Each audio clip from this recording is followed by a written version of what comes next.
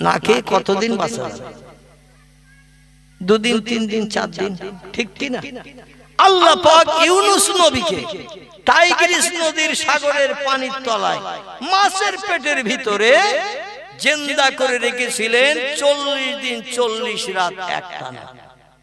মাছ তারে খেয়েছে উদরের ক্ষুধা নিবৃত্তির জন্য। মাছের পেটের ভিতরে যে লোকটা ঢুকে যায় ও খাবার পায় না, পচে গলে মাছের খাদ্য হয়। মাছের পেটের ভিতরে যে থাকে সে পচে গলে মাছের খাদ্য হয়, পায়খানা করে বার করে দেয়, ঠিক কি না?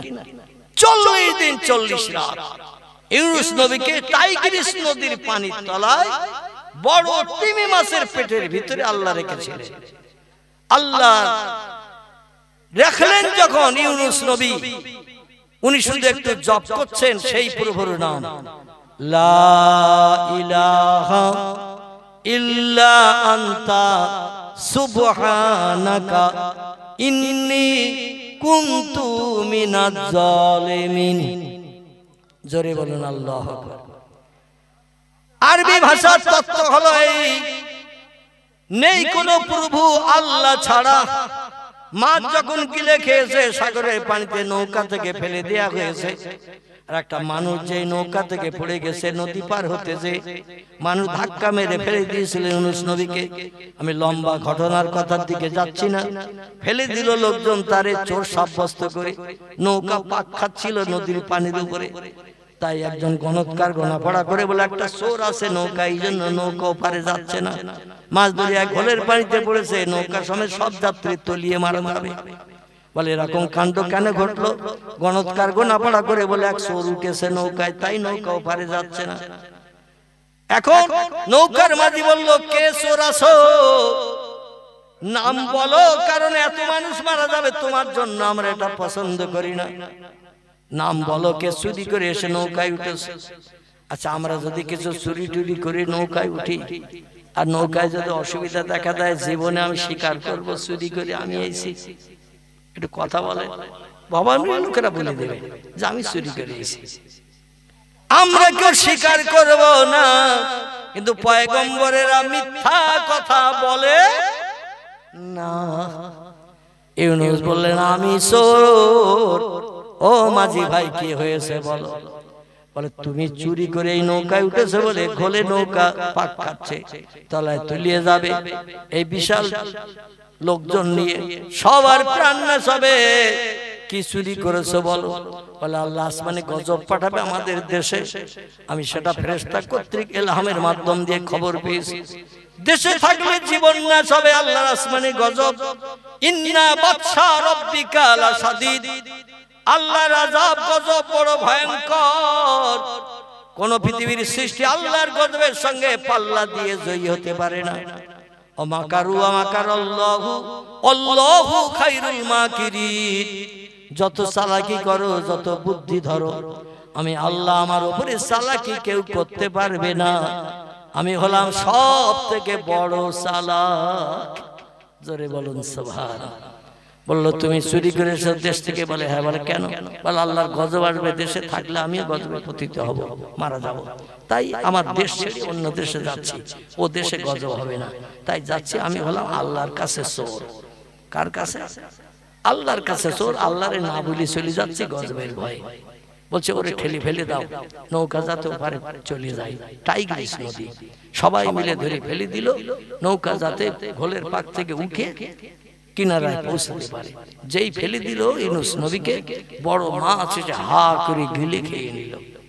এক একটা তিমি মাছের খোরাক, সাগরের পানিতে এক একটা তিমি মাছের খোরাক লাগে 40,000 টন দৈনন্দিন খাবার লাগে। 40,000 টন। তাহলে মাছ কত বড়? এই মাছ কত বড়? 40,000 টন খাবার লাগে বর্তমান প্রযুক্তি যুগের বিজ্ঞানীদের দেয়া তথ্য। তাহলে মাছটা কত বড় হবে? এইরকম একটা বড় মাছ নিয়ে হযরতে পয়গম্বর সুলাইমান নবী একদিন সমস্যায় পড়েছিলেন।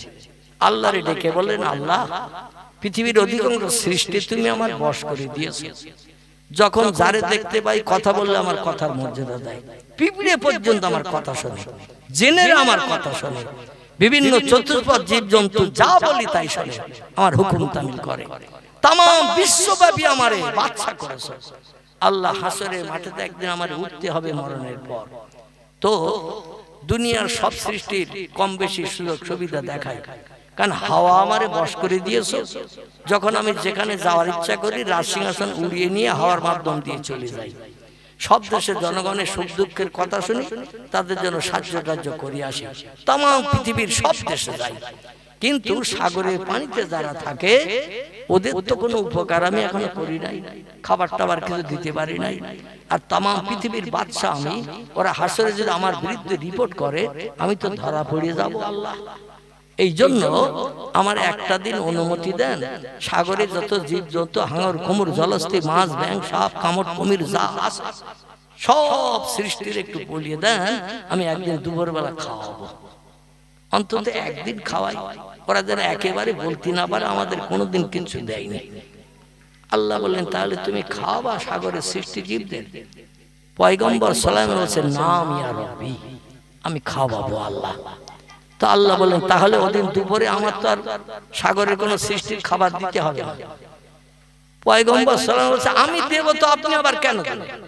আমি তো নেমন্তন্ন করছি, আর নেমন্তন্নটা আপনি বলিয়ে দেন, কারণ অথই সাগর কোথায় কোন জীব জন্তু পানির তলায় আছে আমি তো খুব বেশি জানি না, শুনি না, দেখতে পাই না। আপনি বলে দিলে সবাই শুনতে পাবে। এই জন্য আপনি একটু নেমন্তন্ন বলে দেন, ওদিন আপনারা দুপুরবেলা খাবার দিতে হবে না। আল্লাহ বলে ভালো, তা তুমি একটু সাগরের কিনারায় যাও, যে একটু দেখে এসো। তো হযরত সুলাইমান আলাইহিস সালাম সাগরের কিনারে দেখে আসলেন, অথই পানি, অপর পারের গাছপালা কিছুই দেখতে পাওয়া যাচ্ছে না, শুধু পানি আর পানি। সূর্য ওঠে পানিতে, সূর্য ডোবে পানিতে, বিশাল এরিয়া সাগর। দেখে এসে রাজদরবারে ফিরে আসলেন, মিশরের দেশ, মিশর। কি দেশ বললাম? মিশর। মিশর এসে বললেন রাজদরবারের কর্মচারী মন্ত্রী মহোদয় সভাসদবর্গ যারা আছেন, হাড়ি জোগাড় করো যেখানে যত আছে, আর ওই রকম খাবার জোগাড় করো, আর রাঁধুনি ডাকো দেশে যত আছে, ডেকে রান্না শুরু করো অন্তত 1 সপ্তাহ আগের থেকে। 1 সপ্তাহ আগের থেকে 24 ঘন্টা ধরে রান্না করো, খাবার জমা করো, অমুক দিন সাগরের কিনারায় খাবার ঢেলে দেয়া হবে। আর আল্লাহ সাগরের সমস্ত সৃষ্টিদের নেমন্তন্ন দিয়েছেন, আমি খাবার দেব, আল্লাহ ওদিন আর কোন সৃষ্টির খাবার পরিবেশন করবে না, আমার খাবার খেয়ে খুশি হয়ে চলে যাবে। হাসরে যেন আমি আল্লাহর দরবারে আসামি না হই যে আমি তাম পৃথিবীর বাদশা ছিলাম, পানিতে যারা বাস করতো ওদের কিছু দেইনি, এইটা যেন বলতে না পারে। তো একদিন আল্লাহর সঙ্গে কথা বলে আমি মোটামুটি সাব্যস্ত হয়েছি। তো 1 সপ্তাহ ধরে রান্না বান্না চলছে, আর ওই রকম বিভিন্ন গোস্ত টোস্ত থেকে শুরু করে যা কিছু মানুষ অতীতে খেত সব রান্না বান্না করে হাঁড়ি ভরা। তো আল্লাহ বলেন মা হালুকা ইয়া সুলাইমান ইবনে দাউদ, এ দাউদের বেটা সুলাইমান খবর কি? বলে আল্লাহ রান্না বান্না চলতেছে 1 সপ্তাহ ধরে, এখনো রান্না বন্ধ হয়নি, হাঁড়ি রাখার জায়গা হচ্ছে না, এত বেশি রান্না বান্না হয়েছে, সব ফুরাতে পারবে তো? আল্লাহ বললেন তোমার রান্না করা খাবার সাগরের সৃষ্টিরা ফুরাতে পারবে কিনা, তুমি একটু কিনারায় যে একটু দেখে এসো। হযরতে সুলাইমান পয়গম্বর সাগরের কিনারায় চলে গেলেন। আল্লাহ বলেন সাগরের সৃষ্টিরা তোমাদের ভিতরে সব থেকে বড় কারা? সৃষ্টিরা ডেকে বল আল্লাহ আমার একটা সৃষ্টিকে বড় ভয় পায় সাগরের ভিতরে, তাদের নাম হলো তিমি মাছ। কি মাছ? তিমি মাছ।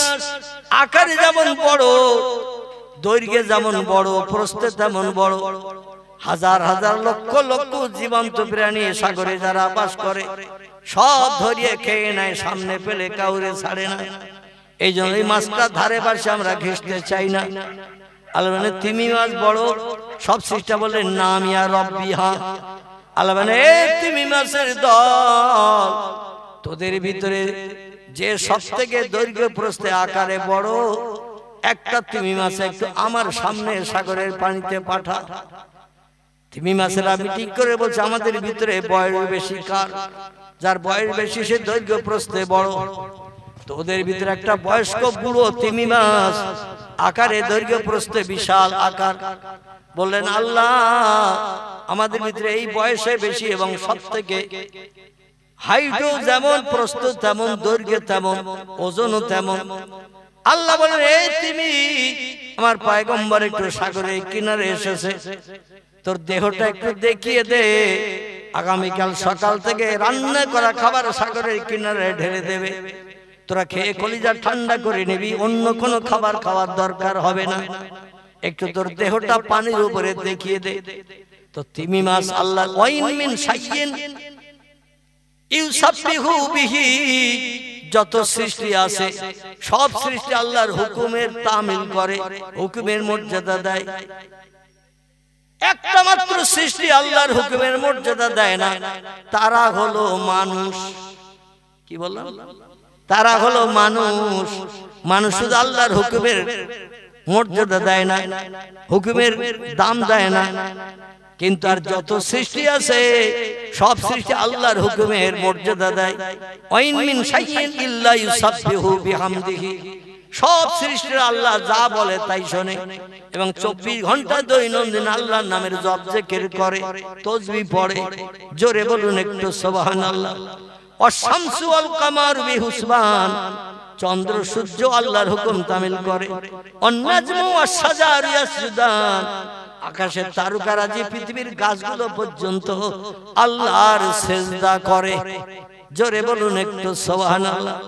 আমরা সমস্ত সৃষ্টির ভিতরে সেরা, আমরা কেবল আল্লাহর হুকুম মানি না, আল্লাহর ইবাদত করি না।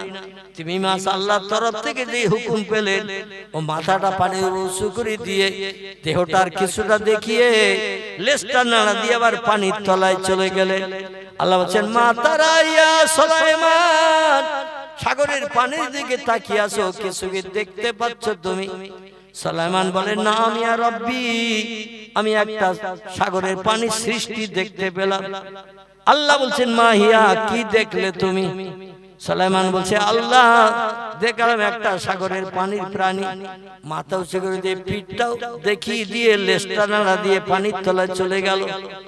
আল্লাহ বলছেন, এ সুলাইমান, এক সপ্তাহ ধরে 24 ঘন্টা যা রান্না বান্না করেছো, তোমায় আরো সাগরে হাজার হাজার লক্ষ লক্ষ জীব জন্তু রয়েছে, কামট আছে, কুমির আছে, জলস্থি আছে, শোষক আছে, মাছ আছে, ব্যাঙ আছে, সাপ আছে, বিশাল দৈর্ঘ্য লম্বা লম্বা সাপ রয়েছে, বিভিন্ন জীব জন্তুতে ভরা। ডাঙায় যত সৃষ্টি বাস করে তার থেকে হাজার হাজার গুণে বেশি সৃষ্টি বাস করে পানিতে, কারণ মাটি কম, পানি বেশি, এজন্য পানির সৃষ্টি বেশি। জোরে বলুন একটু সুবহানাল্লাহ। আল্লাহ বলছেন, যত রান্না করেছে এক সপ্তাহ ধরে সাগরের পানির সৃষ্টি জীবদের খাওয়াবে, আমার আর খাবার পরিবেশন করতে হবে না। যেটা দেখলে ও কতটা তোমার রান্না করা খাবার খাবে বলে মনে হয়। সুলাইমান নবী তিমি মাছের চেহারা দেখে বলছে, আল্লাহ, কালকের দিন আসতে এখনো বাকি, আজকের বিকালবেলা এসেছে, রাত পইলে কালকের দিন খাবার দিতে হবে। আল্লাহ, আজকের বিকালবেলা সাগরের এই জন্তুটা দেখে আমি বুঝলাম নেমন্তন্ন ফিরিয়ে নেন, কালকের আর খাবার পরিবেশন করব না। জোরে বলুন একটু সুবহানাল্লাহ। আল্লাহ বলছেন, কি হয়েছে? বলছে, ওই যে জন্তুটা একবার পানির উপরে উঠে মাথা উঁচু করে পিঠ দেখিয়ে লেজ নাড়া দিয়ে চলে গেছে, আজ এক সপ্তাহ ধরে যা রান্না হয়েছে, ও রান্না শুধু ওর কুলোবে না। জোরে বলুন একটু সুবহানাল্লাহ। আল্লাহ বলে, ওই রকম তিমি মাছ কিন্তু লক্ষ লক্ষ কোটি কোটি আছে। তুমি একটা দিকে বলছো যা রান্না হয়েছে এক সপ্তাহ ধরে ওর কুলোবে না, তাহলে আজ সৃষ্টিজীবীরা কি না খেয়ে রোজা রাখবে নাকি? সুলাইমান বলছে, এই জন্যই তো বলছে আজকের বিকালবেলা নেমন্তন্ন ফিরিয়ে নেন, কালকে ওদের বলে দেন, ওরা যেন তেড়ি যে কোনো প্রকারে খায়, আমাদের খাবারের আশায় যেন না থাকে। জোরে বলুন একটু সুবহানাল্লাহ। তাহলে আল্লাহ পাক এই পৃথিবীতে কত সৃষ্টি বানিয়েছেন, আমরা ধারণা করলে মগজ ঘুরে যাবে কিনা, মগজ ঘুরে যাবে। 40 দিন 40 রাত এইরকম একটা বড় মাছের পেটের ভিতরে ইউনুস নবী পানির তলায় থাকলো। বাংলা একটা প্রবাদ আছে, রাখে আল্লাহ মারে কে, মারে আল্লাহ রাখে কে। আল্লাহ পাক ইউনুস নবীর এই তাসবিহটা শুধু শুনলেন, লা ইলাহা ইল্লা আনতা সুবহানাকা ইন্নী কুনতু মিনাজ জালিমিন। এই তাসবিহটা মাছের পেটের ভিতরে থেকে পড়তে শুরু করেছে। খুব বেশি সময় বাঁচবো না, হজম হয়ে যাব, পায়খানা করে বার করে দেবে। তবে যত সময় আমার শ্বাস নিঃশ্বাস আছে আমি তোমার নাম ছাড়ার কারো নামের জপ করব না। জোরে বলুন একটু সুবহানাল্লাহ। আল্লাহ বলে আমার নামের জপ জিকির যারা করবে, আমার নামের তাসবিহ যারা পড়বে, আর আমি তাদের প্রাণ নাশ করাবো, আমি ওটা চাই না। আমি পৃথিবীতে বানিয়েছি আমার সৃষ্টি জীবদের দিয়ে আমার নামের তাসবিহ পাঠ করানোর জন্য। জোরে বলুন একটু সুবহানাল্লাহ। 40 দিন 40 রাত হয়ে গেল, সংক্ষেপ কথা। পরবর্তী বক্তা এসে গেছে, তিনি বক্তব্য রাখবেন ইনশাআল্লাহ। আমি যেটা বলতে চাইছি সেটা হলো এই 40 দিন 40 রাত পেরিয়ে গেল, মাছের পেটে যন্ত্রণা শুরু হলো। আমাদের যেমন পেট ব্যথা হয় না মাঝে মাঝে, পেট ব্যথার যন্ত্রণা শুরু হলো। মাছ বলে আল্লাহ কি বিপদে পড়েছে, পানির ভিতরে থাকতেও পাচ্ছে না, উপরে উঠো স্বস্তি পাচ্ছি না। আল্লাহ বলে যদি সুস্থ হতে চাস, এই পেট ব্যথার যন্ত্রণা থেকে যদি বাঁচতে চাস, একটু সাগরের কিনারায় চলে যা। পেটের ভিতরে যেটা খেয়েছি ওটা তোর বদ হজম হয়ে গেছে, ও জীবনে তুই হজম করতে পারবি না, পায়খানা করে বার করতে পারবি না। স্বস্তি যদি পেতে চাস,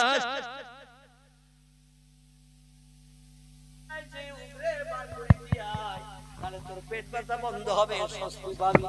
জোরে বলুন একটু আমিন, জোরে বলুন একটু আমিন। তাহলে আল্লাহ পাক পানির তলাও 40 দিন 40 রাত কোন বান্দারে জিন্দা রাখতে পারেন না, পারেন না। কোরআনের কথা বিশ্বাস করেন না, করেন না। পয়গম্বর ইব্রাহিম নবীর জীবনী আল্লাহ কোরআনে কোট করে দিয়েছেন। 6 বছর কাল ছোট্ট বাচ্চারে নিয়ে এই মক্কা মুকাররমা ছিল তখন পাহাড়ি এলাকা, পাহাড়ি এলাকা, ঘর বাড়ি কিছুই ছিল না, শুধু পাহাড় আর পাহাড়, কোনো পানির ব্যবস্থা ছিল না। টোটাল মক্কা মুকাররমা মরুভূমি। ইব্রাহিম নবী উটের পিঠে করে বিবি আর বাচ্চারে নিয়ে ইরাকের বাবেল শহর থেকে 850 কিলোমিটারের মতো রাস্তা বর্তমান। এই পথ পাহাড়ের পর পাহাড় টপকিয়ে টপকিয়ে টপকিয়ে টপকিয়ে মরুভূমি শূন্য মরুদেশ পেরিয়ে পেরিয়ে মক্কা মুকাররমার চতুর্দিকে উঁচু পাহাড়, মাঝখানে একটা ফাঁকা জায়গা, ফুটবল মাঠের মতো, পুকুরের পাড় দেওয়া, মাঝখানে পানি, পুকুর যেমন ওই রকম একটা ফাঁকা জায়গা, উঁচু পাহাড় চতুর্দিকে গোল করে বানানো, মাঝখানে ফাঁকা জায়গা, যেটা বর্তমান হলো মাতাব, যাকে বলা হয় মাতাব। হাজিরা যেখানে তপ করে, এই জায়গাটা ফাঁকা জায়গা। যদি বেশি হয় 8-10 বিঘার মতো জমি হবে, আমি আন্দাজে বলছি। 1-8 বিঘা কম হতে পারে, বেশি হতে পারে, কারণ 730 দা পায়ে হাঁটলে পুরো চাতলটা ঘোরা যায়। ভিতরে কতটা জমি পড়বে আপনারা ফিতে মাপলেও মাপতে পারবেন। এইখানে ইব্রাহিম নবী পাহাড়ের ভিতরে নিয়ে নেমে এসে বিবি বাচ্চারে রেখে দিয়ে এবার চলে যাচ্ছেন দেশে। স্ত্রী বলছেন আইনা তাযহাবিয়া জাওজি, যাচ্ছেন কোথায়? উনি মুখে ভাষা ব্যবহার করতে পারছেন না, মানে বড় কষ্ট লাগছে। সদ্যজাতা 6 মাসের বাচ্চা, আর বিবিকে রেখে, নতুন বিবি, দ্বিতীয় স্ত্রী, তারে রেখে চলে যাচ্ছে। এখন কি হবে তাদের উপায় তো জানি না। আল্লাহর পয়গম্বর মুহাম্মদ রাসূলুল্লাহ যে বাচ্চাটার ঔরসে এই পৃথিবীতে জন্মগ্রহণ করেছেন, জোরে বলুন একটু সুবহানাল্লাহ। ইসমাইল নবীর বংশে একটাই মাত্র পয়গম্বর এসেছে পৃথিবীতে, তিনি হলেন মুহাম্মদুর রাসূলুল্লাহ। আর ইসমাইল নবীর আরেকটা ভাই ছিল পৃথিবীতে, হযরতে সারার বেটা, তার নাম ছিল ইসহাক।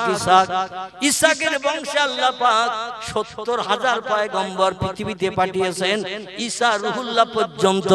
জোরে বলুন একটু সুবহানাল্লাহ। ইসহাকের বংশে নবী এসেছেন 70,000, আর ইসমাইলের বংশে নবী এসেছেন একজন। 70,000 পয়গম্বরের মর্যাদা দাড়ি পাল্লার একদিকে যদি চাপানো হয়, নবীর মর্যাদা সাধারণ মানুষের থেকে বেশি না কম? বেশি। এই 70,000 নবীর মর্যাদা যদি দাড়ি পাল্লার একদিকে চাপানো হয়, আর ইসমাইলের বংশে একজন পয়গম্বর এসেছে, দ্বিতীয় কোন পয়গম্বর আর আসে নাই। আর এই পয়গম্বর এসে নবীদের খাতা খতম করে দিয়েছেন, কিয়ামত পর্যন্ত আর কোন পয়গম্বর ওই বংশে আসবেও না। এখন এই পয়গম্বরের মর্যাদা যদি দাড়ি পাল্লার আর একদিকে চাপানো হয়, মণিকাটা ভারিত্বের কারণে ঝুঁকে যাবে কোন দিকে? একদিকে একজন, একদিকে 70,000।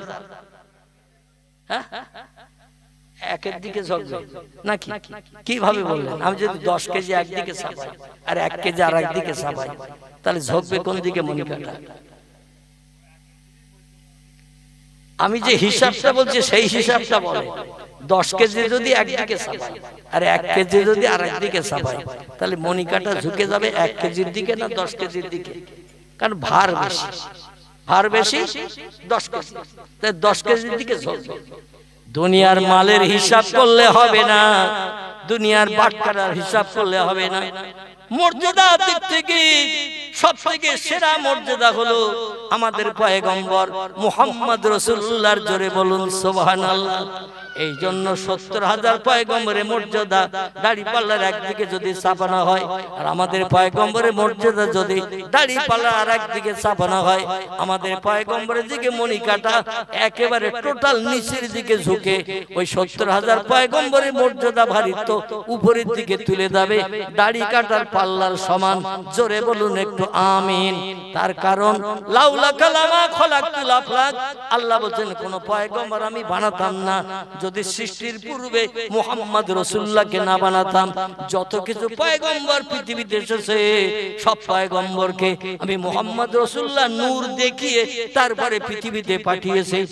সব পয়গম্বর হাসরের মাঠে নিজের জন্য দাঁড়িয়ে থাকবে, ছটফট ছটফট করবে। উম্মতের এসে বলবে সূর্যের রৌদ্র সহ্য করতে পারছি না, রাত আর হয় না, শুধু দিন আর দিন। আল্লাহর কাছে যেয়ে বলুন আল্লাহ যেন আমাদের হিসাব নিকাশটা একটু তাড়াতাড়ি করে দেয়। জান্নাত হোক আর জাহান্নাম হোক, মাঝখানে এই হাসরের মাঠে দগ্ধ সহ্য করতে পারছি না, একটু বলেন আল্লাহ আমাদের হিসাবটা একটু তাড়াতাড়ি করে দিন। পয়গম্বররা বলবেন আমাদের পক্ষে আল্লাহর কাছে যে তোমাদের হয়ে বলা সম্ভব হবে না, যেতে পারবো না। কারণ আল্লাহ কাহার নাম নিয়ে, জাব্বার নাম নিয়ে বিচার শুরু করেছে, রাগান্বিত মেজাজ নিয়ে। আমি গেলে আল্লাহ হয়তো আমারে ধরে বলবে, আমারে কৈফিয়ত করবে।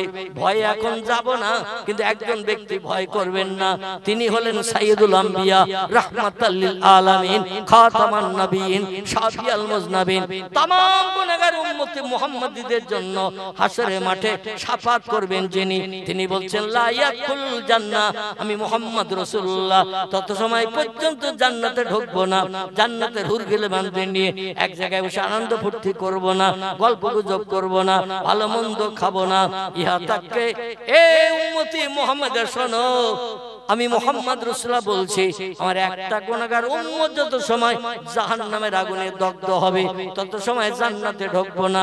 টোটাল উম্মত যে লোকটি সারা জীবনের ভিতরে একটাবার পড়েছে লা ইলাহা ইল্লাল্লাহ মুহাম্মাদুর রাসূলুল্লাহ, সারা জীবনের ভিতরে একটাবার যে লোকটি পড়েছে, ওই লোকটির জাহান্নামের আগুন থেকে অপরাধ বেশি করেছে, সওয়াব কম করেছে, জাহান্নামের আগুনে দগ্ধ হচ্ছে।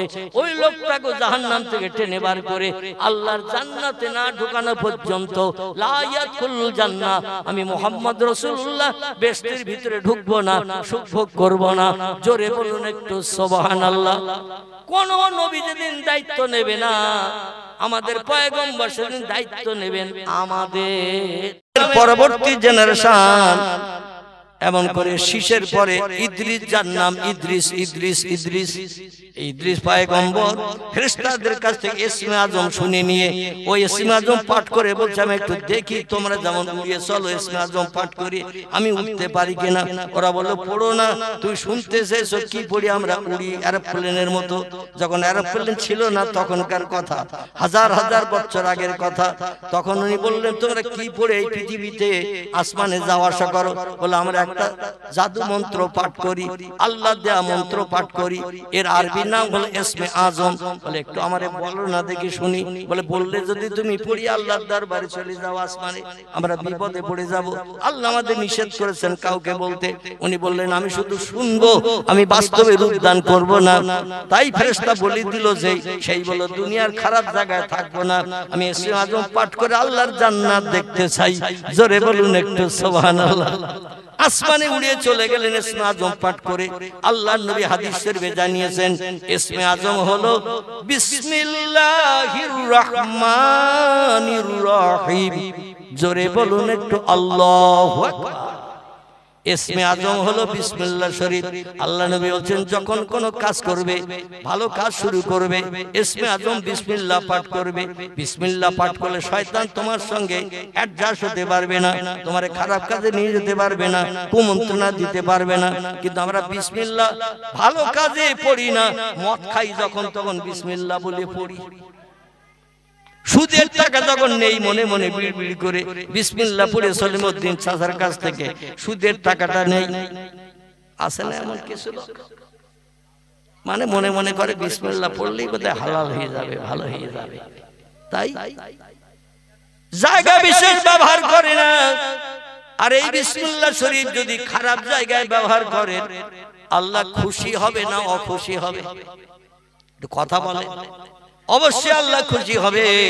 ইদ্রিস আলাইহিস সালাম আসমানে উঠে রয়েছেন, আল্লাহ পাক আসমানের সৃষ্টিকুল হুরগেলমান ফেরেশতাদের যখন প্রাণ নাশ করাবেন আজরাইল দিয়ে, এনাকেও তখন প্রাণ নাশ করানো হবে। আমি যেটা পূর্বে বলছিলাম, খিজির হলেন আল্লাহর ওলি। অধিকাংশ বর্ণনাকারীদের মতে আল্লাহ তার জীবনী কোরআনে কোট করে দিয়েছেন, লম্বা জীবনী। আমার ভাইরা, বাদশাহ জুলকারনাইন, সেকেন্দার জুলকারনাইন যার নাম, ইনি কোন নবী ছিলেন না, তাম বিশ্বব্যাপী বাদশাহিত্য করার সুযোগ পেয়েছিলেন এই বাদশা সেকেন্দার জুলকারনাইন। ইনি কোন নবী ছিলেন না, ইনি ছিলেন একজন উচ্চ পদমর্যাদার ওলি। আল্লাহ তার জীবনী কোরআনে কোট করে দিয়েছেন, জোরে বলুন একটু সুবহানাল্লাহ। এই পৃথিবীর আরো একজন ওলির জীবনী আল্লাহ কোরআনে কোট করেছেন, যার নাম হলো লোকমান হাকিম। কি নাম বললাম? লোকমান হাকিম। আল্লাহ কোরআনে তার তথ্যটা পর্যন্ত কোট করে দিয়েছেন আমাদের পড়ার জন্য, আমল করার জন্য। ইয়া বুনাইয়া আকিমিস সালাতা ওয়া আমুর বিল মারুফে ওয়া নাহাউ আনিল মুনকার ওয়াসবির আলা মা আসাবাক ইন্না যালিকা মিন আজমিল উমুর। লোকমান হাকিমের কথা, লোকমান হাকিমের বক্তব্য। উনি ওনার ছেলেকে বলছেন, বাবা ছেলে, খুব বেশি দিন আমি দুনিয়ায় বাঁচবো না, শরীর অবস্থা খুব ভালো না, যখন তখন আমার প্রাণ নাশ হয়ে যেতে পারে, তাই মরণাপন্ন সময় বৃদ্ধ বয়সে একটা উপদেশের কথা তোমারে বলছি, আমার উপদেশটা মেনে চলো, পরবর্তীতে লাভ ছাড়া লস হবে না। জোরে বলুন একটু সুবহানাল্লাহ। ছেলে বলছেন, ইয়া আবি, কি উপদেশ দিতে চাইছেন আপনি? বলুন বলুন বলুন।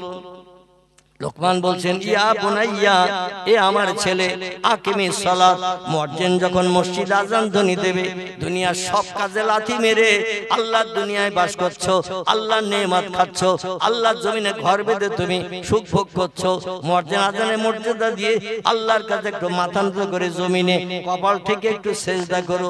আমার মনে হয় পান্থপুকুরের সব মুসলমান বাড়ির কাছে মসজিদ, সবাই তো জামাতে আসে নাকি? আসে না? একটা লোক পেলাম এবারে এতগুলো লোকের ভিতরে, লোক একটু কথার উত্তর দিচ্ছে, আর আপনারা গাইটাই পড়বে কি না এই চিন্তা ভাবনায় মনে করতে হুজুর যা বলে বলুক, কথা বলবো না। আমার ভাইরা, কলেমা পড়লে, ঈমান আনলে, মুসলমান হলে আপনার জন্য অবশ্য কর্তব্য নামাজ আদায় করতেই হবে। আফজালুল ইবাদাতি ইবাদাতুস সালাহ। আল্লাহ নবী বলছেন, আল্লাহর রেজামন্দির জন্য যত রকম ঘোষণা রেজামন্দি আছে, যত রকম ইবাদত আছে, ইবাদতের ভিতরে সেরা ইবাদতের নাম হলো নামাজ। কি নাম? নামাজ। কিন্তু মসজিদে আজান হয়, মুয়াজ্জিন যায়, সলিমউদ্দিন চাচা যায়, আব্দুল করিম দাদা যায়, যাদের বয়স 60-65 কোটা পেরিয়ে গেছে, আর যুব সম্প্রদায় যারা 30, 25, 28 বছরের বয়স, বলে চাচা এখনো বেঁচে দিয়েছে, ওইরকম বুড়ো হই, তারপরে মসজিদের রাস্তার দিকে বাম দিকে পশ্চিম দিক থেকে আসলে এদিক থেকে ঘুরবো, অন্যথায় ওই দিকে চলে যাবো। এখানে অবশ্যই এরকম ছেলে নেই, মসজিদের কাছে আসলেই ঢোকে। তবে আমাদের গ্রামের কথা বলতেছে, মসজিদের দিকে ফিরেও তাকায় না অনেক লোক। আমার ভাইরা, লোকমান হাকিম বললেন, ওয়াতুজ যাকাত, সারা বছর খেয়ে দিয়ে বাড়তি যে পয়সা তোমার উদ্বৃত্ত হবে, এই টাকার ভিতরে গরিব এতিমের হক আল্লাহ 2.5 টাকা করে প্রতি শতকরায় ঢুকিয়ে দিয়েছে। এই টাকা যেন নিজের টাকা মনে করে খরচ করবে না। আল্লাহ নামাজ যেমন ফরজ করেছেন, নামাজের পাশেই কোরআন লিখেছেন ওয়াতুজ যাকাত, যেখানে নামাজের কথা লেখা সেখানে যাকাতের কথা লেখা। নামাজ যেমন ফরজ, যাকাত তেমন ফরজ। আমরা নামাজ পড়বো কিন্তু যাকাত দেব না। ঠিক বললাম না ভুল বললাম? আয় ব্যয় করেছেন, রোজগার করেছেন, কষ্ট করেছেন, পরিশ্রম করেছেন, দোকানদারি করেছেন, ব্যবসা করেছেন, রাত জেগেছেন, রৌদ্রে পুড়েছেন, বর্ষার পানিতে ভিজেছেন, আয় করে টাকা আনছেন, গুনে গুনে রাখছেন, দেনাদুনি পরিশোধ করে সংসার পরিচালনা করে বছর অন্তর যে টাকা আপনার উদ্বৃত্ত হবে, সাহেবের সব ব্যক্তি যদি আপনি হয়ে যান, সাহেবের সব ব্যক্তি যদি আপনি হয়ে যান, আপনার জন্য যাকাত ফরজ হয়ে যাবে। প্রতি শতকরা 2.5 টাকা গরিবের টাকা আপনার টাকায় ঢুকে রয়েছে। এই টাকাটা যদি গরিব লোককে আপনি দিয়ে দেন সংসারে সুখ ভোগের জন্য, মুখে হাসি ফোটানোর জন্য, আপনার টাকা আগুনে পুড়বে না, পানিতে ডুববে না। সেই খোদার কসম, চোর ডাকাত গুন্ডা বদমাইশ আপনার একটা টাকা ঘর থেকে ছিনতাই করে নিয়ে যেতে পারবে না। যাকাত দেওয়া টাকা যদি আপনার হয়, আল্লাহ দরজার সামনে সুন্দর সুন্দর বনের 12 হাত রয়্যাল বেঙ্গল টাইগার দাঁড় করিয়ে রাখবে ডাকাতদের চোখের সামনে। চিল্লাই বলুন একটু সুবহানাল্লাহ। ঘরে আগুন লাগলেও টাকা পুড়বে না, পানিতে কোনো বাচ্চা কাচ্চা ডুববে না। আল্লাহ হেফাজত করবেন। কারণ সাদা টাকা যদি আল্লাহর বিধান মেনে আপনি সাদা টাকা রাখেন, এই টাকা কারো বাবার ক্ষমতা নেই আপনার কাছ থেকে কেড়ে নিয়ে যাওয়ার। রাস্তায় যদি পড়েও যায় কোনো ব্যক্তির নজরে পড়বে না। 1 সপ্তাহ ধরে 1 সপ্তাহ পরে ওই রাস্তায় যদি যান, আপনার নজরে আল্লাহ আপনার পরিশ্রম করার টাকাটা দেখিয়ে দেবেন। জোরে বলুন একটু আমিন। এটা হলো কোরআনের বিধান। লোকমান হাকিম বলছে, বাবা প্রতি ওয়াক্ত নামাজ আদায় করিও, মসজিদে বা জামাত তাকবীরে উলা ধরে নামাজ যেন পরিত্যাগ করো না, এবং যাকাত আদায় করো, এবং আরেকটা কাজ করো, ওয়ামুর বিল মারুফে ওয়া নাহাউ আনিল মুনকার। রাস্তাঘাটে যখন চলবে মানুষকে ভালো সৎ কাজের উপদেশ দেবে। খারাপ কাজ হতে যদি চোখে দেখো রাস্তাঘাটে পথে, সঙ্গে সঙ্গে তার প্রতিকার করবে, নিষেধ করবে। আল্লাহ নবী সাল্লাল্লাহু আলাইহি সাল্লাম এই কথাটা জবানিতে 1450 বছর আগে বলেছিলেন। আল্লাহ নবী বললেন, এ সাহাবীরা, তোমরা যদি রাস্তাঘাটে পথে চলতে যে কোনো খারাপ কাজ দেখো, সঙ্গে সঙ্গে নিষেধ করবে। শরীয়তের খারাপ কাজ যদি কেউ করে, বারণ করে নিষেধ করবে। সাহাবীরা বলছেন, ইয়া রাসূলুল্লাহ, বারণ করলে নিষেধ করলে যদি আমাদের প্রাণ নাশের ভয় হয়, খারাপ কাজ করছে নিষেধ করলে বারণ করলে আমার প্রাণ নাশ করে দেবে যদি হুমকি দেয়। এখন দেয়টাই মতখোর মাতালেরা ঠাতালেরা দেয়, বলে আমার বাবার টাকা খাচ্ছি, চাচা তোমার বাপের তা থেকে। এ বলে না, বলে চাচা মজা দেখিয়ে দেবো, আর কোনোদিন কথা শুনবে। এদিকে অবশ্য বলে না, আমাদের ওদিকে বলে। আরে খারাপ কাজ, আপনি ইমানদার মুমিন মুসলমান আল্লাহওয়ালা মানুষ, চোখে দেখছেন একটা খারাপ কাজ করছে পাড়ার ছেলেরা, আরে খারাপ কাজের নিষেধ করলে, বারণ করলে, প্রতিকার করলে যদি আপনার জীবন নাশের আশঙ্কা হয়, আল্লাহ নবী বলছেন, ফালিয়াস্তাতা বিকলবিহি, তুমি যদি প্রাণ নাশের ভয় পাও, প্রতিকার করলে, তাহলে তুমি অন্তরে ওই লোকদের ঘৃণা করবে, ওদের সঙ্গে স্পর্শে ধারে পাশে যাবে না, ওদের সঙ্গে সম্পর্ক রাখবে না। ওয়াজালিকা আদাফুল ঈমান, এটাই হলো ঈমান রক্ষা করার একটা মূল লক্ষণ আখেরি জামানায়। জোরে বলুন একটু সুবহানাল্লাহ। নবী বলছেন, প্রথমে হাত দিয়ে প্রতিকার করো। হাত দিয়ে প্রতিকার করলে যদি তোমার প্রাণ নাশের ভয় হয়, ফালিয়াস্তাতা বিলিসানিহি, জবান দিয়ে প্রতিকার করো, হাতে মেরো না। জবান দিয়ে প্রতিকার করলেও যদি প্রাণ নাশের ভয় হয়, তাহলে তুমি অন্তরে ঘৃণা করো। খারাপ কাজ করছে খারাপ ছেলেরা, খারাপ লোকেরা, ওদের সঙ্গে কোনো কথাবার্তা বলবো না। ওয়াজালিকা আদাবুল ঈমান, যদি তাদের থেকে সাইড হয়ে থাকো, তাদের সঙ্গে অ্যাডজাস্ট হয়ে না থাকো, ঈমানের কিছু অংশ তুমি রক্ষা করলে, হাসরে আল্লাহ তোমার জান্নাত হালাল বানিয়ে দেবে। জোরে বলুন একটু আমিন।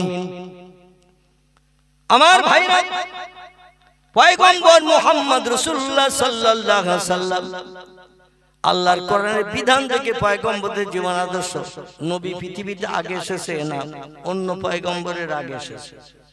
পৃথিবীতে আগে এসেছে নবী না অন্য পয়গম্বর? অন্য পয়গম্বর আগে এসেছে। এই জন্য কোরআনের ভাষা দিয়ে আল্লাহ পাকের পয়গম্বর অন্য পয়গম্বরদের জীবন আদর্শ ফলো করে সে মতো তিনি তার চরিত্র গঠন করে পৃথিবীর মানুষের কাছে দেখিয়ে দিয়েছিলেন। এই জন্য আল্লাহ নবী বলছেন, মান আহাব্বা সুন্নতি ফাকাদ আহাব্বানি ওমান আহাব্বানি কানা মাই ফিল জান্নাহ। যে লোকটি আমার সুন্নতকে ফলো করলো সেজন্য আমি মুহাম্মদ আমারে ভালোবাসলো।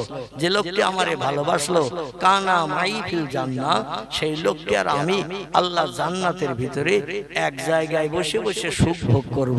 জোরে বলুন একটু সুবহানাল্লাহ। আচ্ছা, নবী জান্নাতটা ছোট হবে বলে মনে হয় তো নাকি?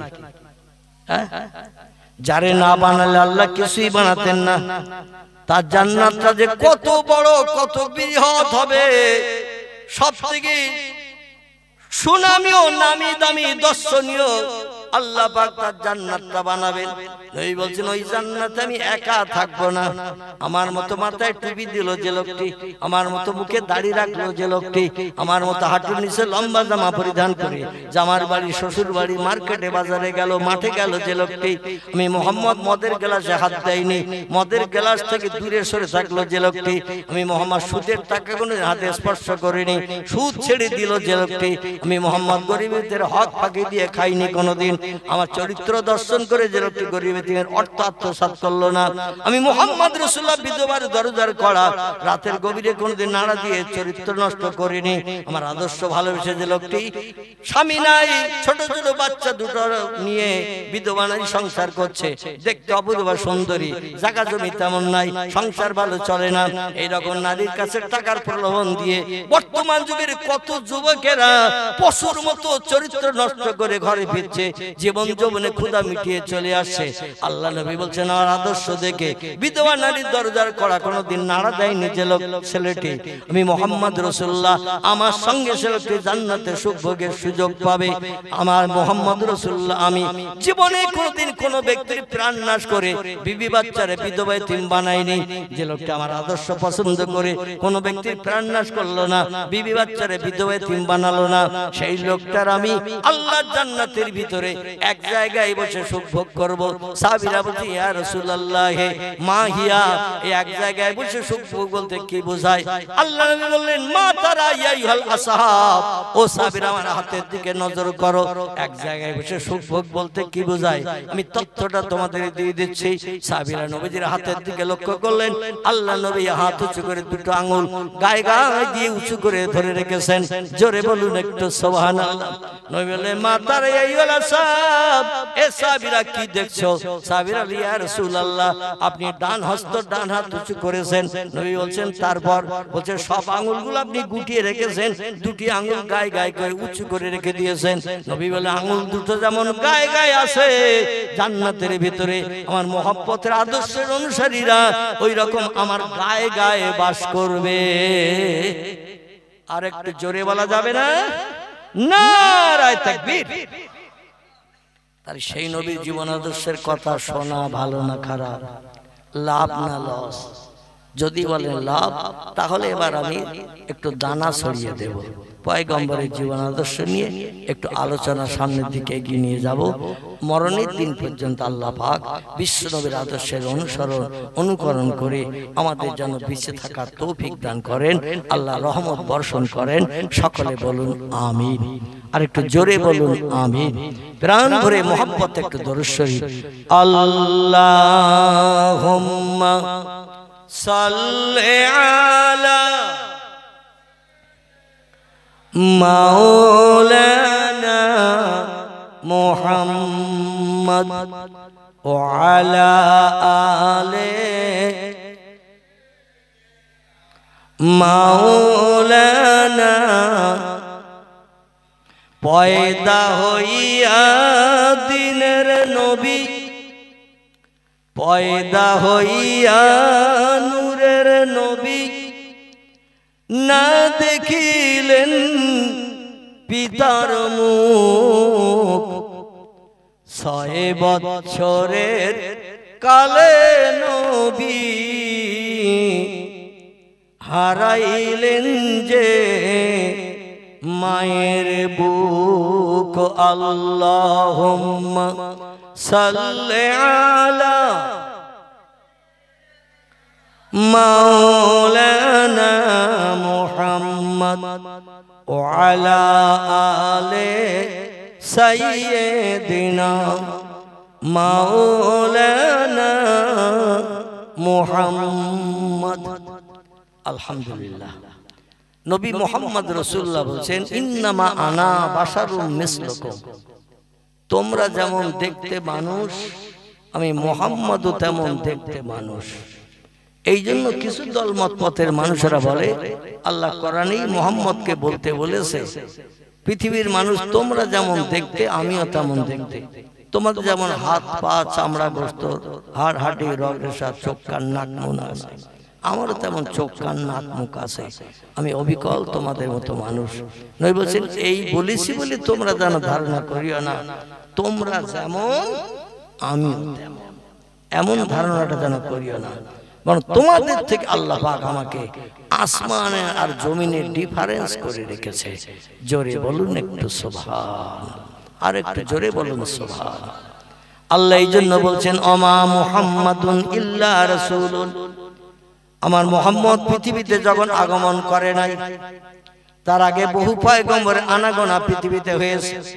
1 লক্ষ মোতাবেক 2,24,000 পয়গম্বরের আনাগোনা হয়েছে।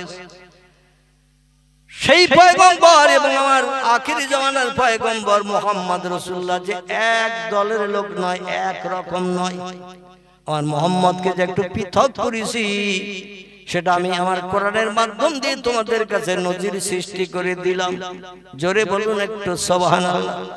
বিশ্ব নবী যে আমাদের মতো মানুষ নয়, এই জন্য আল্লাহ পাক তাকে 1,500 মতান্তরে 4,500 মতো অলৌকিক তাজ্জব আশ্চর্যান্বিত ঘটনা নবীকে দিয়ে পৃথিবীতে ঘটিয়ে দিয়েছেন তার 63 বছরের জিন্দেগিতে। পৃথিবীর কোন মানুষ যেন বলতে না পারে মুহাম্মদ যেমন আমিও তেমন, এই কথাটা যাতে কেউ বলতে না পারে, এজন্য অলৌকিক তাজ্জব আশ্চর্যান্বিত ঘটনা আমি নবীকে দিয়ে পৃথিবীতে 63 বছরের জিন্দেগিতে 4,500 মতো অলৌকিক ঘটনা ঘটিয়েছি। আল্লাহ পাক কোরআনের ওই আয়াতে বলছেন, আমার মুহাম্মদ দেখতে তোমাদের মতো। এখানেই কথা শেষ নয়, বরং মুহাম্মদুর রাসূলুল্লাহ তোমাদের থেকে যে আলাদা ডিভাইডেড পার্থক্য, ওই আয়াতের শেষে তত্ত্ব দিলাম। তত্ত্বটা শোনো। মাছ এত বড়, গরু এত বড়, আর তলায় যদি হাত না দেই তাহলে বোঝা যাবে মাছটা কত বড়? বোঝা যাবে? প্লেট এত বড়, খাঞ্চা এত বড়, তলায় যদি হাত না দেই তাহলে খাঞ্চার মেকার এরিয়াটা কত বোঝা যাবে? আল্লাহ বলছেন, ইউহা ইলাইয়া, আমার মুহাম্মদ দেখতে তোমাদের মতো। এই জন্য বলেছি আমার নবীর কাছে আসতে তোমাদের যাতে ভয় না লাগে। বাঘ মনে না করো, ভাল্লুক মনে না করো, সিংহ মনে না করো, গন্ডার মনে না করো, জলস্থি মনে না করো। নাউজুবিল্লাহ। আমার নবীর কাছে আসতে যাতে তোমাদের ভয় না লাগে, এই জন্য আমি বলেছি আল্লাহ পাক আমার নবী তোমাদের মতো দেখতে, তবে অবিকল তোমাদের মতো নয়। ইউহা ইলাইয়া, আমার মুহাম্মদ রাসূলুল্লাহর কাছে অহরহ আসমানি রহমতের ফেরেশতা, সেরা ফেরেশতা যিনি, নাম তার জিবরিল আমিন। এই জিবরিলকে পাঠাই মুহাম্মদ রাসূলুল্লাহর সমস্যা সমাধানের জন্য, বিপদে মুসিবতে সাহায্যের তথ্য দেওয়ার জন্য। কিয়ামত পর্যন্ত পৃথিবীর মানুষ যদিও মুহাম্মদের মতো দেখতে তোমরা, একই গোশত মাংস রক্ত তোমাদের আছে, কিন্তু জিবরিল কি কিয়ামত পর্যন্ত কোনদিন তোমরা বিপদে মুসিবতে সাহায্যের জন্য বন্দী হিসাবে দেখতে পাবে না। জিবরিল আমার নবীর জন্য ওহী স্বরূপ। আমি আল্লাহ তার সব সমস্যার সমাধান 53 বছরের জিন্দেগি পর্যন্ত সব সমস্যার সমাধান জিবরিল আমিনকে দিয়ে আমি করিয়ে দিয়েছি, মুখে হাসি ফুটিয়ে দিয়েছি। কিয়ামত পর্যন্ত যদি চেষ্টা চালাও, আমার সেরা ফেরেশতা জিবরিলকে কোনদিন তোমরা দেখতে পাবে না। জিবরিল তাদের কাছে আসে যারা হলেন সাদা কাপড় মার্কা। কি কাপড়? সাদা কাপড়। সাদা কাপড় এই জন্য বললাম, একটা সাদা পোশাকে যদি কলার আঠার দাগ আর গাবের আঠার দাগ 15 জায়গায় লাগান, ক জায়গায় বললাম 15 জায়গায় কলার আঠার দাগ গাবের আঠার দাগ লাগান, লাগিয়ে জামাটা সুন্দর করে সার্ফ সাবান দিয়ে পরিষ্কার করে রেখেছেন। মেয়ে বিয়ে হবে 10 দিন পর, নতুন জামার বাড়ি যেতে হবে, জামাই মেয়ে নিয়ে আসতে। আমাদের দেশে ফিরুনি বলে না, ফিরুনি বলে না, বিয়ের পরে ফিরুনি আনবে তো তেমন দাদা টাদা কেউ নেই, চাচা নেই, সব মরে গেছে, তো বাধ্য হয়ে মেয়ের বাপ যাচ্ছে জামাই মেয়েকে ফিরুনি আনতে। এখন জামা গায়ে দিয়েছে সাদা জামা, অনেক ব্যক্তির কাছে সাদা জিনিসটা খুব পছন্দনীয়, তাতে রয়েছে 15 জায়গায় কলার আঠার গাবের আঠার দাগ লাগানো। রাস্তায় যদি ওই জামা পরিয়ে পারি হয়, চার দোকানদার থেকে শুরু করি আর যত লোকজন দোকানে এখানে সেখানে বসে থাকে, ওরা এই চাচারে দেখলে ওরা ঠাট্টা করবে না ভালো বলবে? বলে চাচা যাচ্ছ কোথায়? বলে মেয়ে জামাই আনতে যাচ্ছি। বলে তোমার আর জামা নেই? বলছে কেন বাবা, আমি তো পরিষ্কার করে জামা গায়ে দিয়ে আছি। বলে তোমার তো সব কিসের দাগ 15 জায়গায়? বলছে কলার আঠার দাগ গাবের আঠার দাগ, কলার ব্যবসা করি, গাব মাঝে মধ্যে জালে গাব দেওয়ার জন্য গাব পাড়তে যায়, থেতে করতে দিয়ে জামা পরেছিলাম, জামাই মেখে গেছে। বলছে জামাটা খুলে এসে ছেঁড়া জামা থাকে তাই পরে যাও। জামা পরিষ্কার করেছে বলছে, কিন্তু ওতে যে দাগ লেগে গিয়েছে, দাগটা কোনো মানুষ দেখে পছন্দ করবে না। সাদা কাপড়ের একটা আলাদা গুণ মর্যাদা, আর দাগ লাগলে ও কাপড় ব্যবহার করতে চাই আমরা, দাগ লাগা কাপড় ব্যবহার করতে চাই না। পয়গম্বরের 63 বছরের টোটাল জিন্দেগিটা ছিল দাগবিহীন পরিষ্কার। জোরে বলুন একটু সুবহান।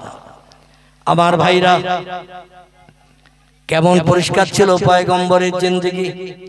আমি একেবারে বাল্যকাল থেকে জন্মগ্রহণ থেকে একটু তথ্য দেই, টুকটুক করে গোটা কয়েক তথ্য পরিবেশন করি।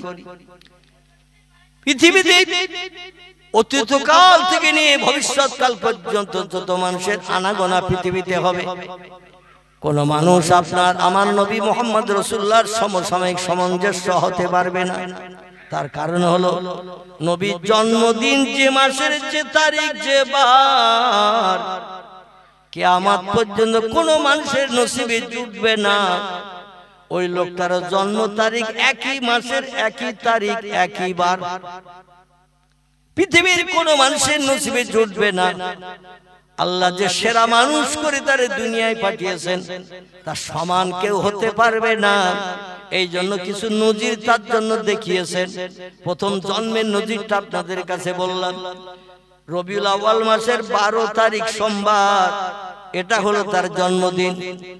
570 খ্রিস্টাব্দ ঈসাই সন, ইংরেজি সন 570 খ্রিস্টাব্দে আল্লাহ পাক রব্বুল আলামিন আরবি রবিউল আউয়াল মাসের 12 তারিখ সোমবার পয়গম্বরকে মায়ের উদর থেকে দুনিয়ায় ভূমিষ্ঠ করিয়েছিলেন। আবার 63 বছর পর ওই একই মাসের একই তারিখ একই বার পয়গম্বরকে আল্লাহ দুনিয়া থেকে উঠিয়ে নিয়েছেন। এই পৃথিবীতে আমরা যারা বাস করি, আমাদের কারো জন্ম হয় ভাদ্র মাসের 20 তারিখ শনিবার, মরণ হয় পৌষ মাসের 11 তারিখ সোমবার, কারো জন্ম হয় বৈশাখ মাসের 23 তারিখ রবিবার, মরণ হয় দেখবেন আষাঢ় মাসের 15 তারিখ মঙ্গলবার। যে মাসের যে তারিখ যে বার আমাদের জন্ম হয়, আজ পর্যন্ত পৃথিবীতে একটা মানুষ নজির দেখাতে পারেনি। মুহাম্মাদের মর্যাদা যেমন আমারও মর্যাদা তেমন। আমি জন্মগ্রহণ করেছি যে মাসের যে তারিখ যে বার, আমার মরণটাও হয়েছে সেই মাসের সেই তারিখ সেই বার। কিয়ামত পর্যন্ত দুনিয়ার কোন মানুষের নসিবে এই ডকুমেন্ট জুটবে না, জুটবে না। জোরে বলুন একটু সুবহানাল্লাহ। শুধু তাই নয়, পৃথিবীতে যত বাচ্চা মায়ের উদর থেকে জন্মগ্রহণ করে, ছেলে হোক বা মেয়ে হোক, একটা নজির আমারে দেখান। ওই ছেলেটা ওই মেয়েটা মায়ের উদর থেকে যখন পৃথিবীতে এসেছে, কাপড় পরে এসেছে গুপ্তাঙ্গ ঢেকে। ছেলে হোক বা মেয়ে হোক, গুপ্তাঙ্গ ঢেকে কাপড় পরে মায়ের পেট থেকে দুনিয়া এসেছে। কোন ইতিহাসে পেয়েছেন এমন তথ্য? পয়গম্বর মুহাম্মদ রাসূলুল্লাহর জন্য এটা একটা মুজিজা, অলৌকিক তাজ্জব আশ্চর্যজনক ঘটনা। দুনিয়ার কোন মানুষ যেন বলতে না পারে মুহাম্মদ যেমন আমিও তেমন। এটা যাতে বলতে না পারে আল্লাহ বলছেন, ও দুনিয়ার মানুষ তোমরা শোনো, আমি 4 জন জান্নাতি, মতান্তরে 3 জন জান্নাতি ধাত্রীকে মোহাম্মদ রাসূলুল্লাহর মায়ের প্রসব বেদনা মুক্তির জন্য আমি 3 জন ধাত্রী পাঠিয়েছিলাম, নাস পাঠিয়েছিলাম আমার জান্নাত থেকে। কোথা থেকে? জান্নাত থেকে। কারো নাম আসিয়া, কারো নাম মরিয়ম, কারো নাম হাজেরা। বিভিন্ন বর্ণনাকারীরা বিভিন্ন তথ্য দিয়েছেন। আল্লামা রুহুল আমিন রাহমাতুল্লাহ আলাইহি একটি কিতাব লিখেছেন উম্মতে মুহাম্মাদের মুখে হাসি ফোটানোর জন্য, মগজের দুশ্চিন্তা দূর করার জন্য। বইটির নাম হলো মিলাদে মুস্তাফা, আল্লামা রুহুল আমিনের লেখা। এই বইতে হুজুর 2 জন নারীর নাম লিখেছেন। মামিনার প্রসব বেদনা করছে, পাড়ার মানুষ কেউ জানে না। মামিনার পেটে বাচ্চা আছে, পাড়ার মানুষ কেউ জানে না। কার পেটটা ছিল স্বাভাবিক মেয়েদের মতো। অবিবাহিতা যুবতী 16-18 বছর মেয়েদের পেটটা যেমন থাকে, মামিনার পেটটা তেমন ছিল। আমাদের দেশে বিয়ের পরে মেয়েরা স্বামী স্ত্রীর মিলন হলে সন্তান সম্ভব যখন হয়, 8 মাস 9 মাস যখন হয়, মেয়েদের পেটটা স্বাভাবিক থাকে না, একটু মোটা হয়। ঘুমিয়ে পড়েছেন, পেট একটু মোটা হয়, কারণ 3 কেজি 3.5 কেজি ওজনের বাচ্চা তার পেটে পুষ্ট হচ্ছে, ঠিক কি না? 2.5 কেজি হয়, 3 কেজি হয়, তো 3 কেজি একটা বাচ্চা যদি পেটে থাকে, পেটটা একটু স্বাভাবিকের থেকে মোটা হবে না? মক্কার অধিবাসীরা বলছেন আল্লাহে লা শাক্কা ফিহে, আমরা সেই প্রভুর কসম খেয়ে বলি, লাতেরও কসম খাই, উজ্জারও কসম খাই, হবলের কসম খাই, দেবলের কসম খাই, মন্নাতের কসম খাই। আবার যারা স্রষ্টা মানতেন, আল্লাহকে প্রভু বলে মানতেন, তারা বলছেন সেই আল্লাহর কসম, আমি না মাঝে মাঝে ঘর থেকে বেরিয়ে আসতো, জমজম কূপে পানি নিতে, মাটির কলসে করে পানি ভরে নিতে আসতো। জমজম কূপটা ছিল কাবার চাতলের পূর্ব দিককার মাঝখানে। জোরে বলুন একটু সুবহানাল্লাহ। কাবা শরীফ ওই চাতলের মাঝখানে চতুর্কোণা বিশিষ্ট ঘর। যারা হজ পাকে গেছেন, উমরায় গেছেন, আমার কথা একমত হতে পারবেন, তত্ত্বের সঙ্গে অ্যাডজাস্ট করে নিতে পারবেন। কাবার চাতলটা একটা ফাঁকা জায়গা, ফাঁকা জায়গা। আমি পায়ে হেঁটে হেঁটে 3 দিন গুনে দেখেছি 730 ধাপের রাস্তা। কতটা বললাম? চতুর্দিকে ধার দিয়ে দিয়ে ঘুরেছি, 3 দিন ঘুরে দেখলাম 730 ধাপ হাঁটলে কাবার চাতলটা পুরো একবার পাক দিয়ে ঘোরা যায়।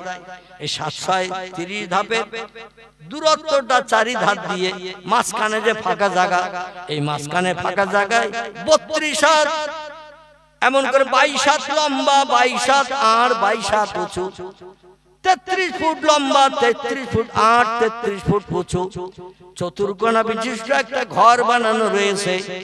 এই ঘরের চতুর্দিকে ফাঁকা জায়গা।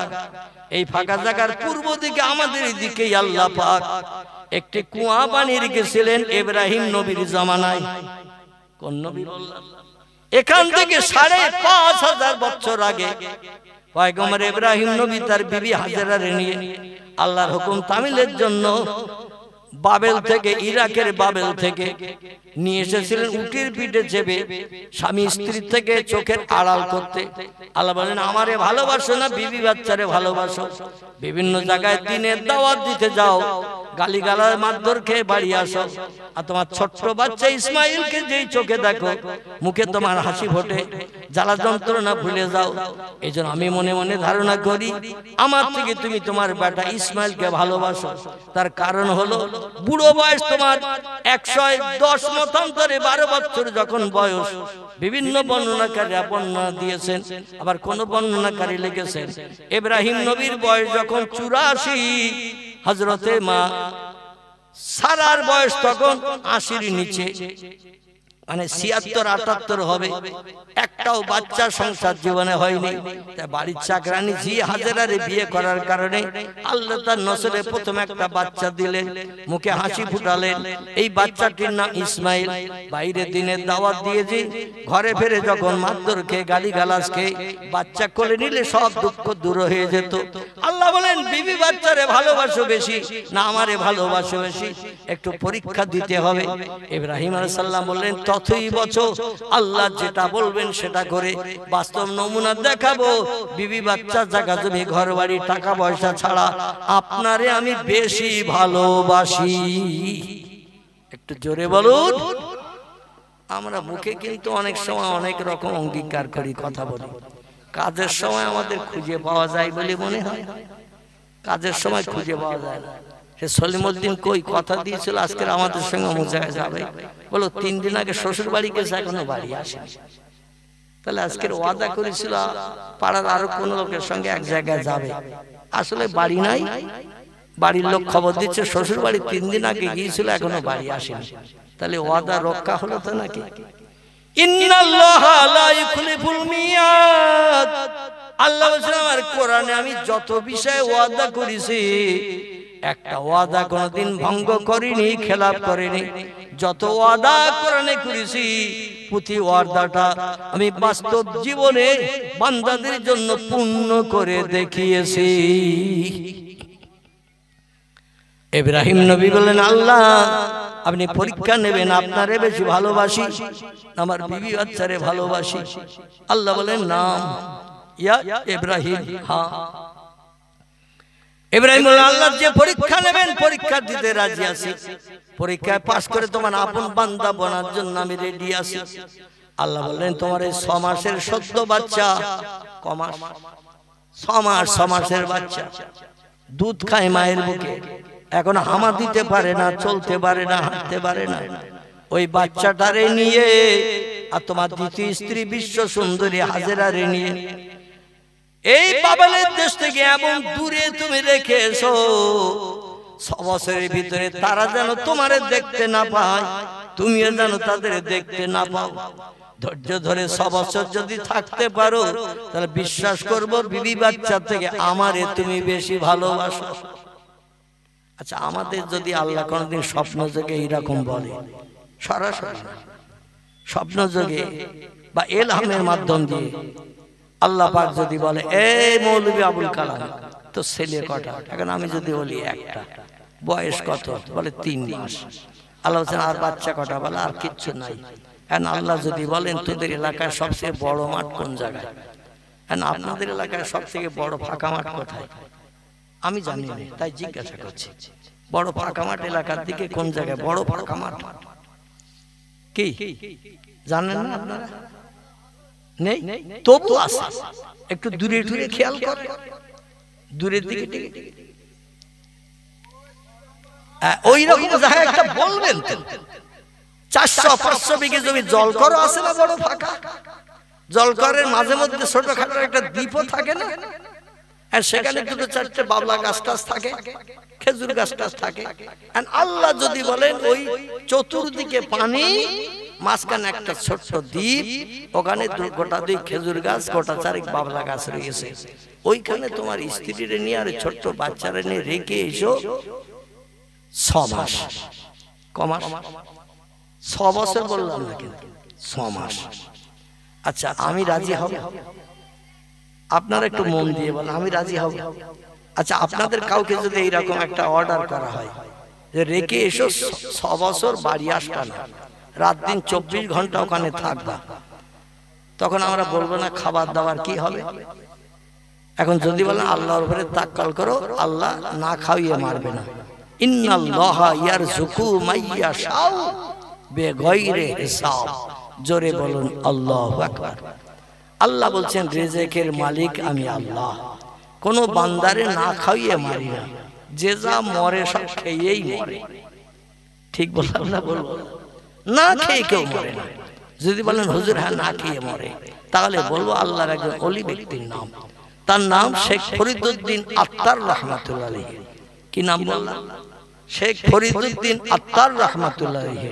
শেখ ফরিদ উনি 36 বছর জঙ্গলের ভিতরে একটানা এক জায়গায় বসে আল্লাহর ইবাদত বندگی করেছিলেন, আল্লাহ তারে না খাইয়ে মারেনি। জোরে বলুন একটু সুবহানাল্লাহ। গজনীর আব্দুর রহমান গজনবী রহমাতুল্লাহ আলাইহি, তিনি একটানা 45 বছর পৃথিবীতে সবথেকে বড় জঙ্গলের দেশ আমার ভাইরা, আফ্রিকা, আফ্রিকা, এই আফ্রিকার দেশের একটি বড় জঙ্গলের নাম আপনারা কম বেশি জানেন। জঙ্গলের নামটি হলো আমাজন। কি নাম বললাম? আমাজন জঙ্গল।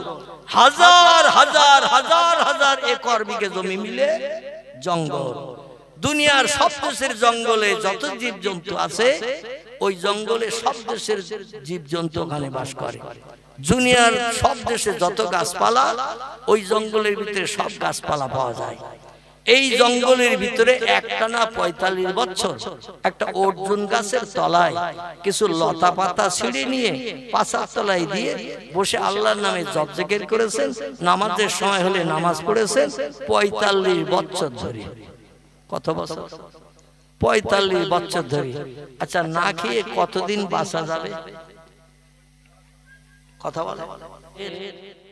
আমরা সেই নবীর উম্মত, তার মরণের দিন পর্যন্ত সেই নবীর আদর্শ আমাদের মেনে চলা ভালো হবে না খারাপ হবে? আমার যুবক ভাইদের কাছে অনুরোধ রাখছি, শুধু এই জলসা দিলে কিন্তু পার পেয়ে যাবেন না। এই পান্তিপুকুরের যুবক ভাইরা জলসা দিচ্ছেন, টাকা খরচ করছেন, পাড়ার চাচা দাদারা নিয়ে কোরআন হাদিসের আলোচনা মৌলবীদের দিয়ে শোনাচ্ছেন, মনে করছেন পার পেয়ে গেছেন। আল্লাহর ফরজ হুকুমের খেলাফ কাজ করলে অবশ্যই হাসরে কৈফিয়ত দিতে হবে, দিতে হবে, দিতে হবে। মিলাদ মাহফিল দেওয়া ভালো, কিন্তু এর সঙ্গে বিশ্বনবীর আদর্শের রঙে মিলতে হবে। ঠিক না ভুল? এই জন্য আমি যুবকদের কাছে অনুরোধ করে যাচ্ছি, দুনিয়া তুচ্ছ দুদিনের জিন্দেগি। আল্লাহ যখন তখন ডাক দেবেন, সব ফেলে রেখে চলে যেতে হবে। যেমন এসেছি খালি হাতে, চলে যেতে হবে খালি হাতে। যাওয়ার সময় যেন পরকালের পুঁজি আমরা কিছু তৈরি করে নিয়ে কবরে হাজির দিতে পারি। আল্লাহ সেই তৌফিক আমাদের বৃদ্ধ, বয়স্ক, যৌবনাক্ত, বাচ্চা যারা আমরা এই মজলিসে আসি, আশেপাশে মা বোনেরা যারা আছেন, আল্লাহ আমাদের সবাইকে যেন ইসলাম শরীয়তের আদর্শের অনুকরণ করে পয়গম্বর মুহাম্মদ রাসূলুল্লাহ সুন্নত, মুহাব্বত, প্রেম, ভালোবাসা আমাদের হৃদয়ে আল্লাহ তৈরি করিয়ে যেন কবরে হাজির করেন। সকলে বলুন আমিন, জোরে বলুন আমিন। ওমা আলাইনা ইল্লাল বালাগ। পরবর্তী বক্তা এসে বসে আছেন, প্রায় কম বেশি ৫-৭ মিনিটের মতো। যাই হোক, অনিচ্ছাকৃত ত্রুটি ক্ষমার চোখে দেখবেন। আল্লাহ আবার ৪ চক্ষের মিলন ঘটালে আবার কিছু আলোকপাত করা যাবে। সকলে উচ্চ রবে মহব্বতে দরুদ শরীফ। আল্লাহুম্মা সাইয়্যিদিনা। ওয়া আলাইকুম আসসালাম। বসতে একটু চলাফেরা